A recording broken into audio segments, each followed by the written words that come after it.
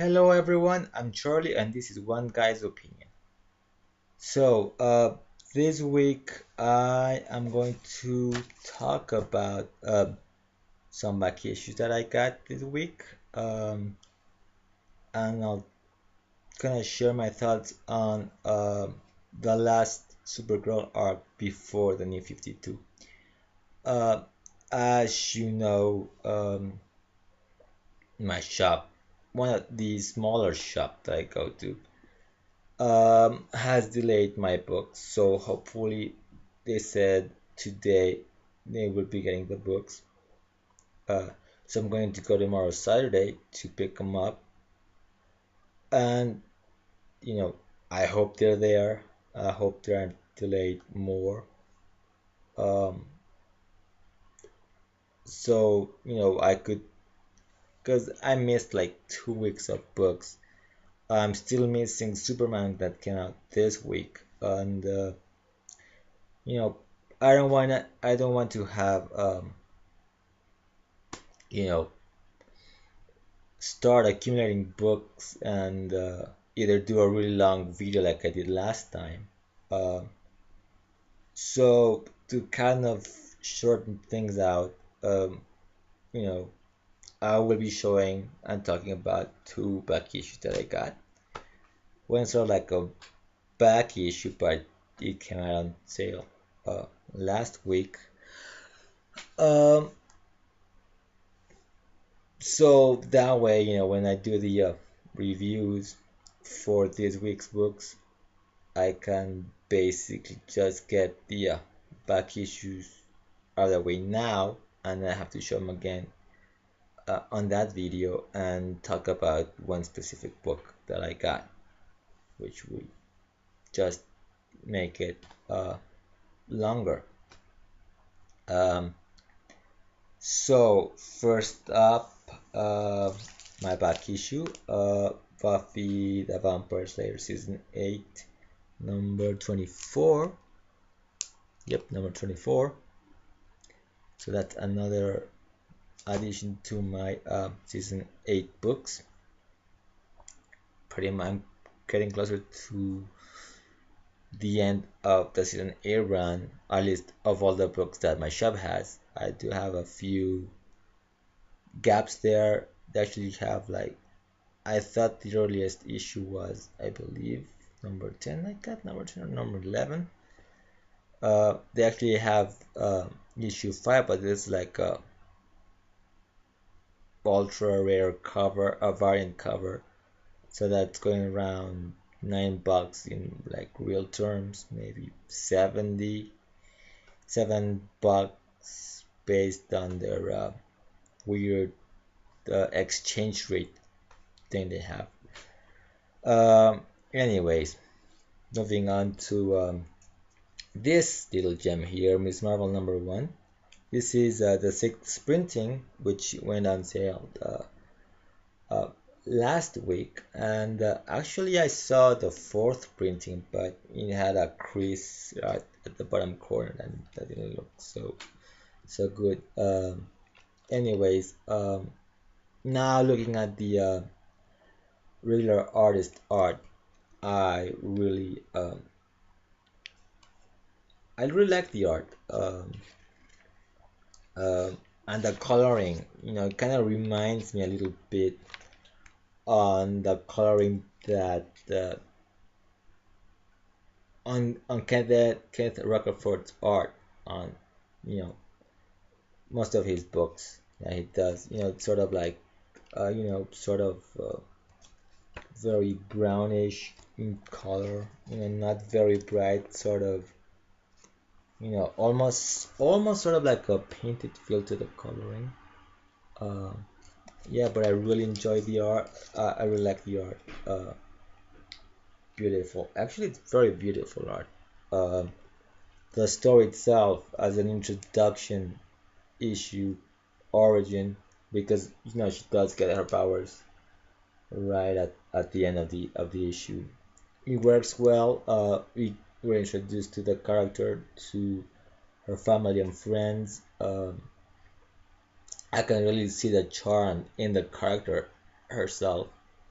you know, bright, funny, like any typical 16-year-old, I guess. And that's the thing. Despite the fact that you know this was heralded as the first Muslim superhero, the first female Muslim superhero, that sort of comes second. It's just the context of who she is, her cultural background, her religious background. But it's sort of like the characters themselves are archetypical. So their dad is like most dads are. They have 16-year-old daughters. Her brother, who is very religious. I know people like that who are very religious.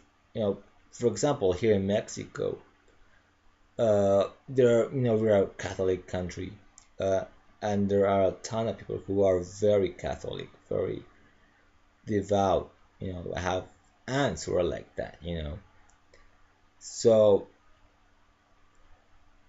despite the cultural differences and the religious aspect, that sort of was highlighted when she was, first announced, doesn't really matter that much. It's just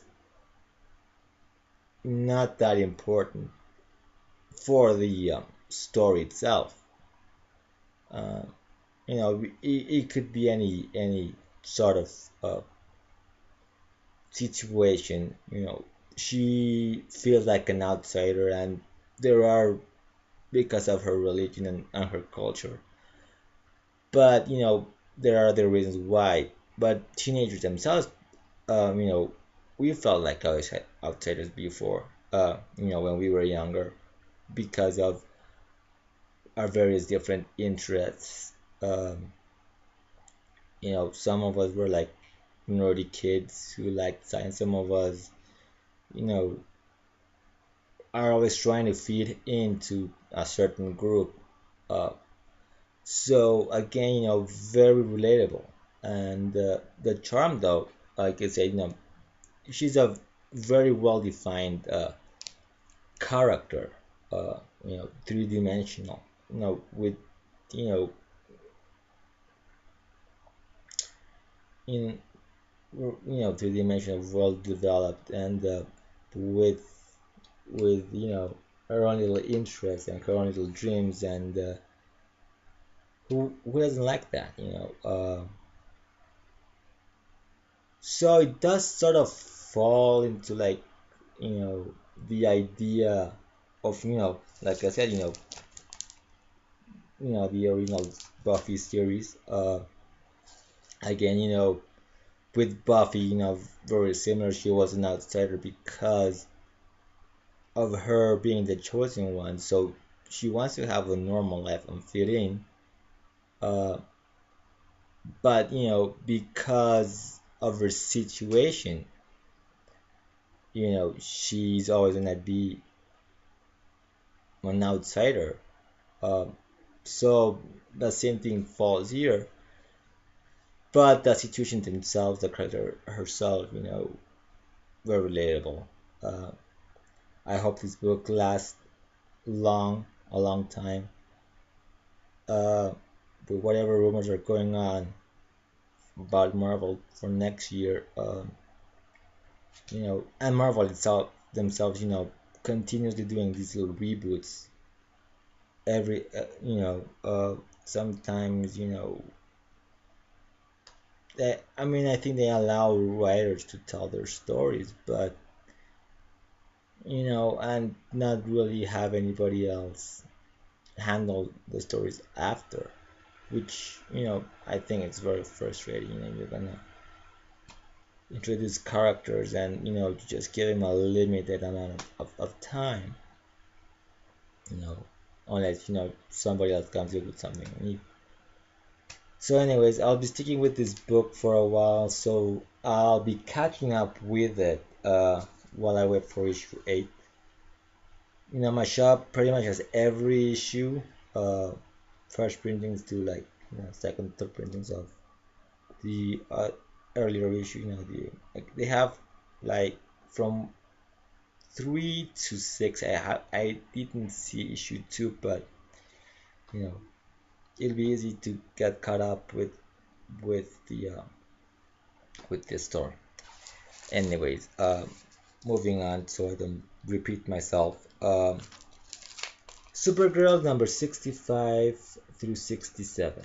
Uh, these were the last 3 issues of the Supergirl series before the New 52 reboot. I wanted to really talk about this 3 issue arc because it was written by Kali Sudikonik with art by Chris Cross. And I always hoped, that Kali Su would take over as the regular writer for this book. Unfortunately, the whole reboot, they already had a different team lined up for the New 52 stuff. But and just based on this arc, on her to continue because it was a fun story. She knows Supergirl quite well. Uh, um, what else can I say? And while this story was relatively simple, pretty much Supergirl um, infiltrates Stanhope College, which if you know your Supergirl, that's where she went.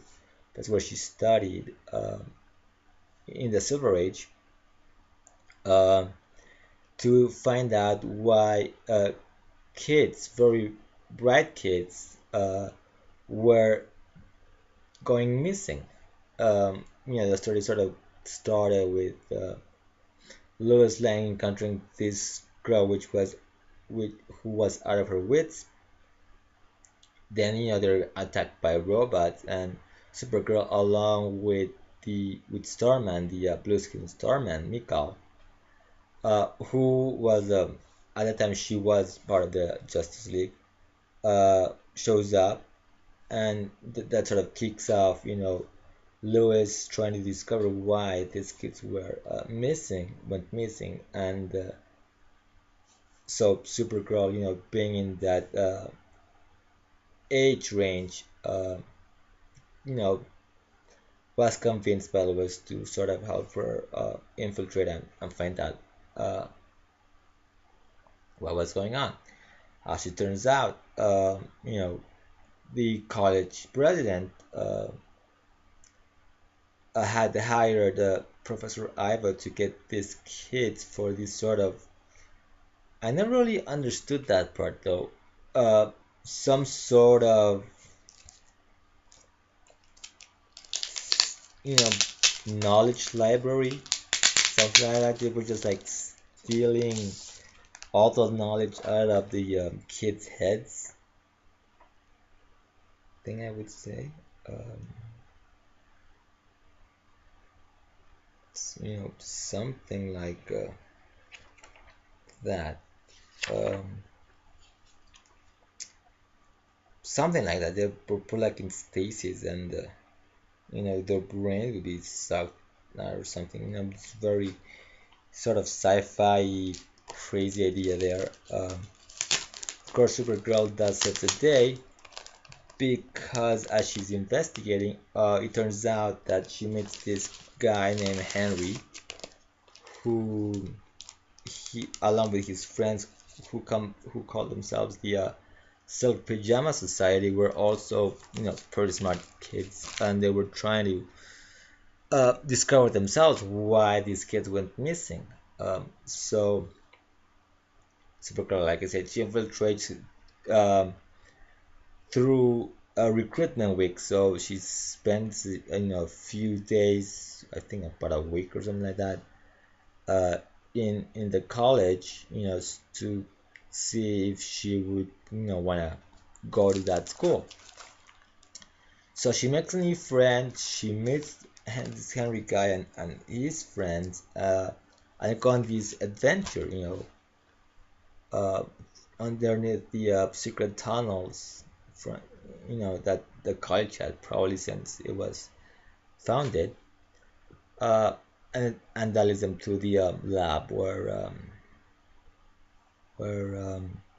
Ivor was with all the missing kids, including Harry, who got kidnapped, just as they were starting to investigate.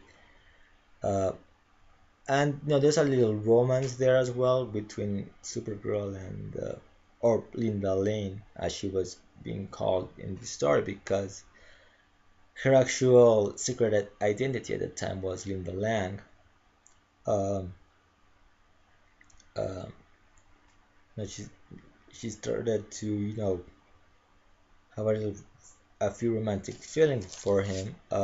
So that guy really charmed the Girl of Steel, and everything got resolved as always. There's a few funny scenes as well, but I'll go to that at the end. So basically, the issue ends.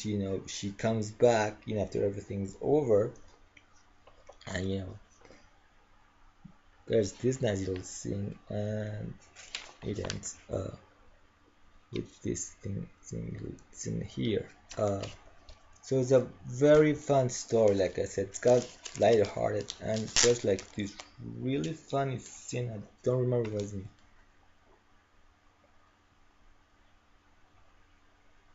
Um,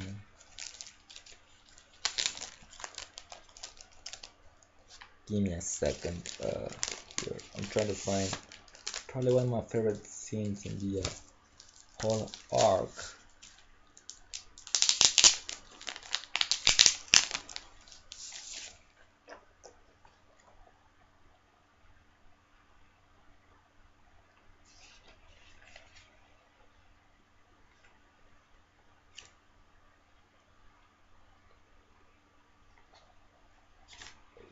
Okay. Sorry about the time.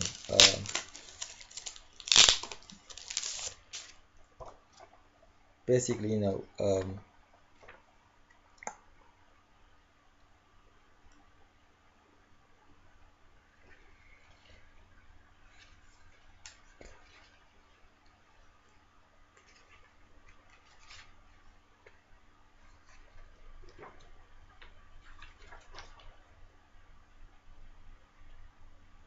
so anyways, like the cover here done by Amy Reeder.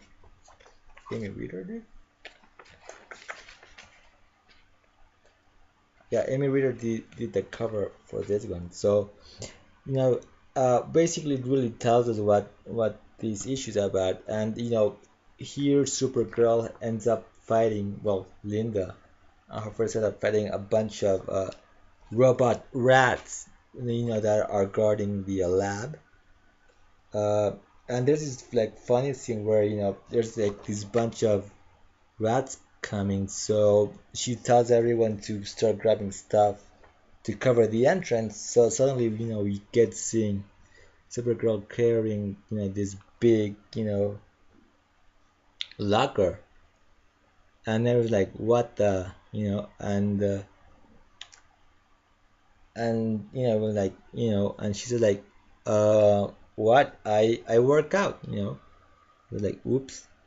So that was funny because she just basically carries the whole darn closet, or metal thing here, like it was nothing, and everyone's like, what the hell. So I really thought that was like my favorite scene in the whole arc. So anyways, I'm rambling here, and so anyways, before I sign out, I wanna mention that in my last review video, I actually ask people to tell me what book, two books should I should do reviews of in my blog. So there wasn't really a lot of participation, but for suggestions, but except for Sleepy Reader, who suggested that I do reviews of Ms. Marvel number 7 and Supergirl number 34. So those, I hope, because I'm in the middle of something else as well. So I hope that I could get those reviews up this weekend. I'm actually having a little bit of a problem with Ms. Marvel number 7 because I'm not really sure how to, you know, um, handle the review because I've been thinking of how to start it. It's just been kind of a tough one, in how I should approach it. If I should approach it, going through the whole long, you know, history or whatever introduction of why I got into the book, or just go on and do a straight review. So I'm still figuring that one out. Anyways, I've been rambling too much. I've been wasting too much time just looking through the books. So I will sign out now, as I always do. Until next time, keep smiling.